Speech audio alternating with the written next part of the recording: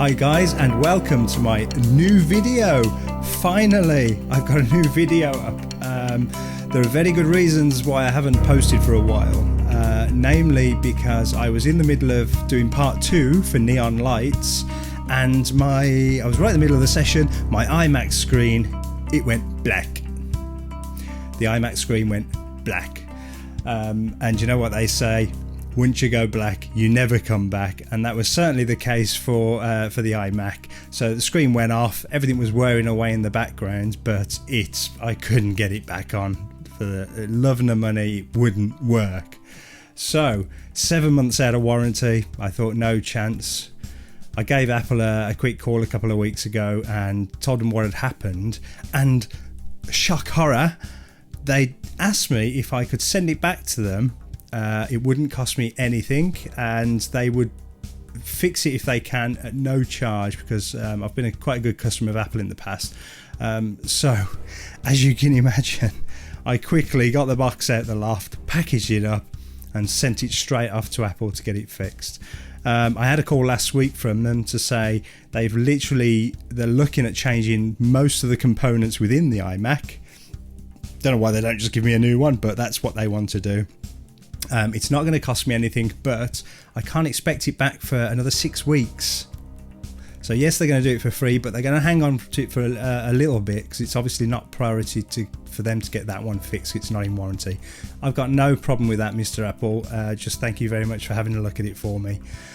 So what they did say, interestingly, was if I was going to pay to have it fixed, it would cost £1,800.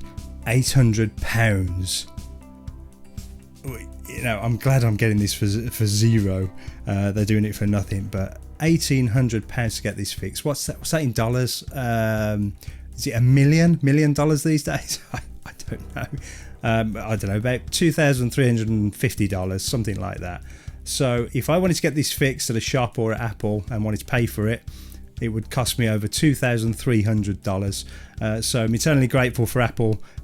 Not sure what went wrong with it. They haven't said. They just said they'll get it fixed and send it me back. So the reason for this video, while it's away for 6 weeks, I haven't got a lot to do. Very bored.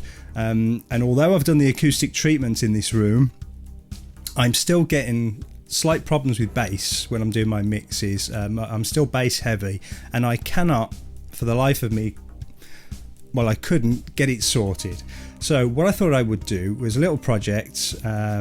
I called one of my audiophile mates who's absolutely audio crazy about everything audio. He likes, rooms within rooms, floating floors, acoustic treatment, soundproofing, you name it. This guy absolutely loves that stuff. So I invited him round. He popped round, and I asked him if he could give me any advice on what I was doing wrong in the room. And of course, the first thing he said was, after about 4 minutes of being here, and I think I did him a cup of tea in 2 of those minutes, the first thing he said was, I've got all my gear on the longest wall, so the bass, which is hitting the wall 6 feet away, hasn't got enough length to reach fruition and be absorbed correctly in the room. So he told me pretty much what I was in denial about, and that is I need to move all my gear from the longest wall to under the window, across the shortest part of the room, and point the monitors down the longest walls so the bass can travel and be absorbed on the way, without too much bounce back, etc. So with that in mind, he did go into great detail about it, which I won't hear, but I won't go into here. But with that in mind, I thought, okay, why don't I just totally rip the studio out and start again from square one?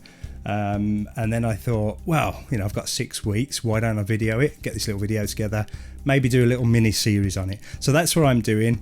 So part 1 will be this part, which is I'm looking at ripping out the whole studio, decorating, sorting the floor out. I think the floor is damaged underneath the carpet, so I'm going to have to fix the floor, maybe put some new carpet down or carpet tiles. Also, I want to build a very specific new desk, and I don't want any of my hardware, my outboard synths, graphs, my Octipre, you know, all my rack mount gear and my controller, my MIDI controller, you know, my mixer. I don't want any of that on the desk because I don't use it enough to warrant keeping it in the way on the desk, and it's quite a small room.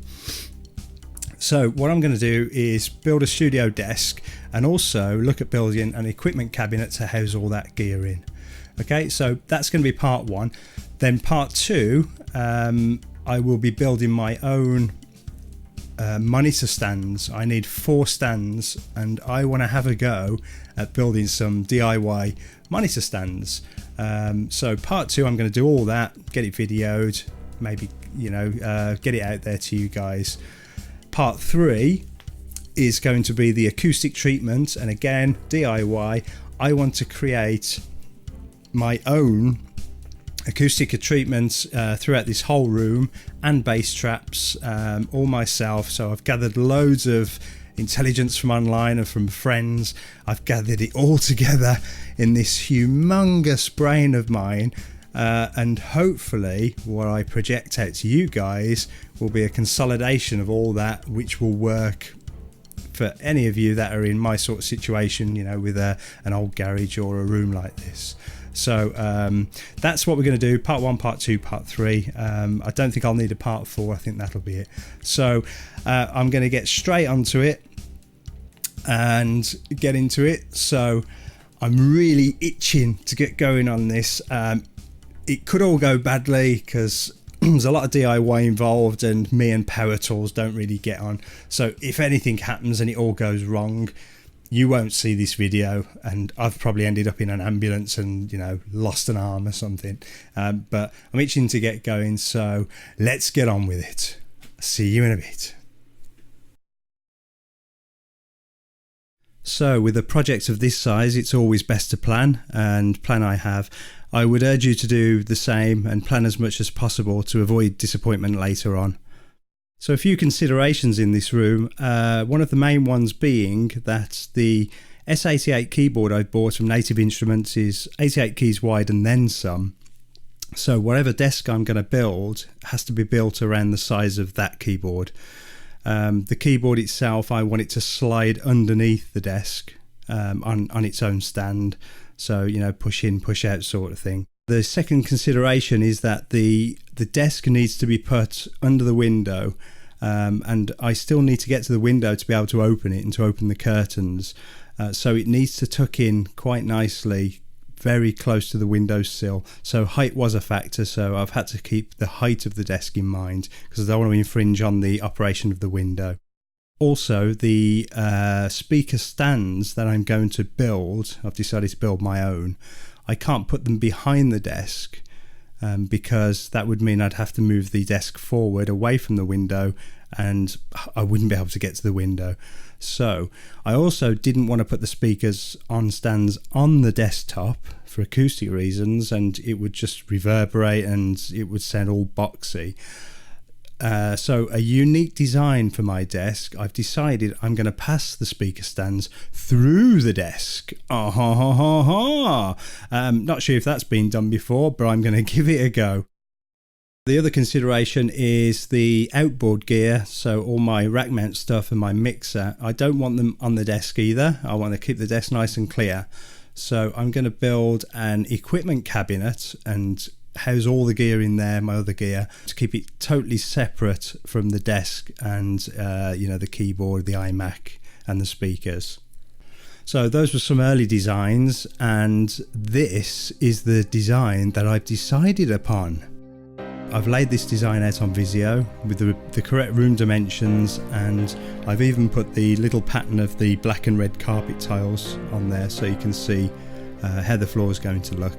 And the desk is underneath the window with the speakers passing through the desk, and all the outboard equipment is in the cabinet next to it. So without any further ado, let's get on with the rip out.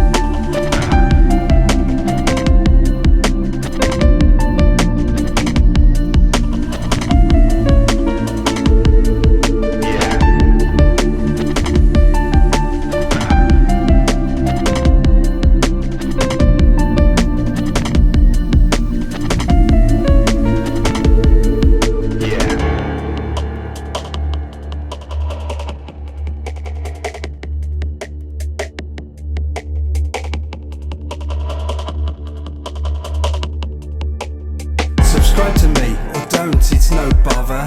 Exercise your right to choose, I know you're gonna. We live in a democracy so you can speak your mind. Thumbs up, thumbs down, you can decide.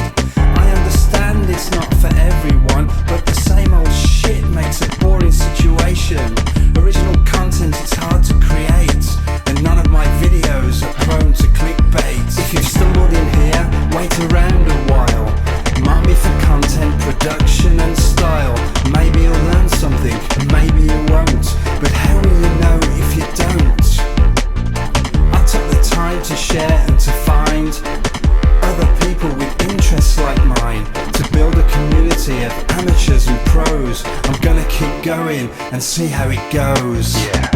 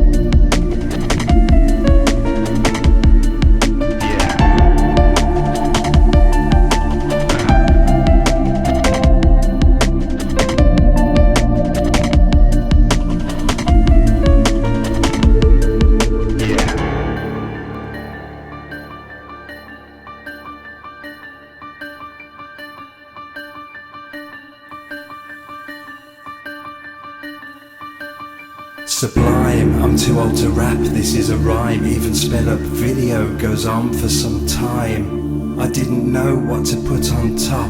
If you don't like it, then mute to stop. I've enjoyed the rip out, and even though it hurts, challenge my body, put my face in the dirt. I'm sure I'll recover, I usually do. It made me feel better sharing with you. Don't put it off, get your job done. Even though the concept doesn't look like fun, it'll all be worth it and you'll have a story. Push yourself and reach for glory. If you're sitting there waiting to start, planning is the most important part. Once you've done that,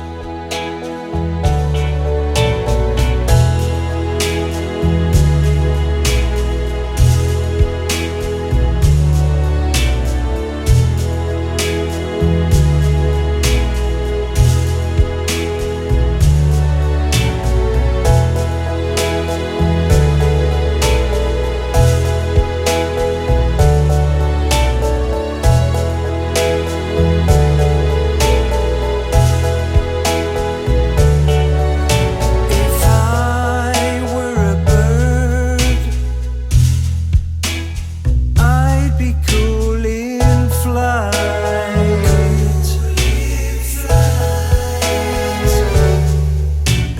Carried on the breeze, enjoying every sight.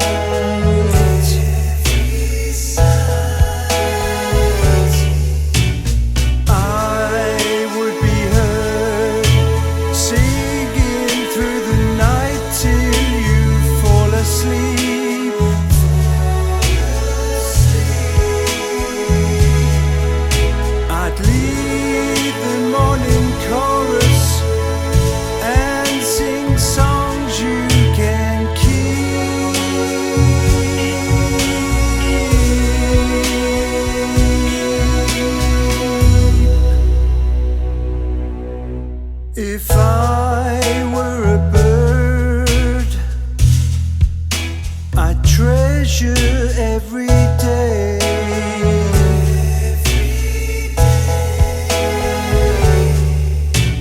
Free from the ground in an effortless way.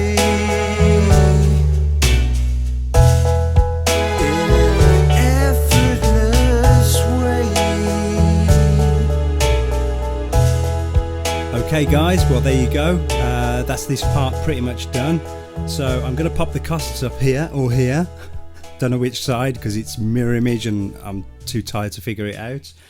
So this whole project, I've been doing it over a couple of months, and the reason for that is one, because of work commitments and home, secondly, the paint, sorry Mr. Mike, the paint really screwed me up on this project, and I hope it doesn't screw you up. So I've done it so you don't have to. Okay, so I'm going to pop the costs up, and as you can see, there's the total cost there for a room such as this. That is cheap as chips. You know, I've ended up with a new studio desk, a cabinet with doors, hinges and locks and curtains and curtain poles and floor, and don't forget I did the floor repair as well, and that was quite a big job. You know, that wasn't cheap stuff to buy. So for the money it's cost me to do this, and I've spread it over a couple of months, I'm happy as Larry, as we say over here in Blighty. So I'm chuffed to bits. We also say that as well. Things that I didn't put in the video, one was the curtains. So I wanted some really heavy set curtains, which I got in the end. They're blackout curtains. The material is really thick on it, and they're also lined on the back. And I've put them up to stop the window, you know, reflecting back into the room, because I can't put any acoustic treatments up there really. Also I bought a nice new pole, and I couldn't find any tie backs in the colour that I wanted, so I got an old tie back from upstairs in one of the bedrooms. Got one of the red carpet tiles, traced around it, cut it out, put some Velcro ties and a couple of washers on it, and coupled with the hooks that I found in the garage, I didn't have to go and buy any. They're brilliant. So they are homemade DIY tie backs, and they match the carpet tiles perfectly. So I absolutely love them. It's a little win for me, that one, because I couldn't find any dark red ones.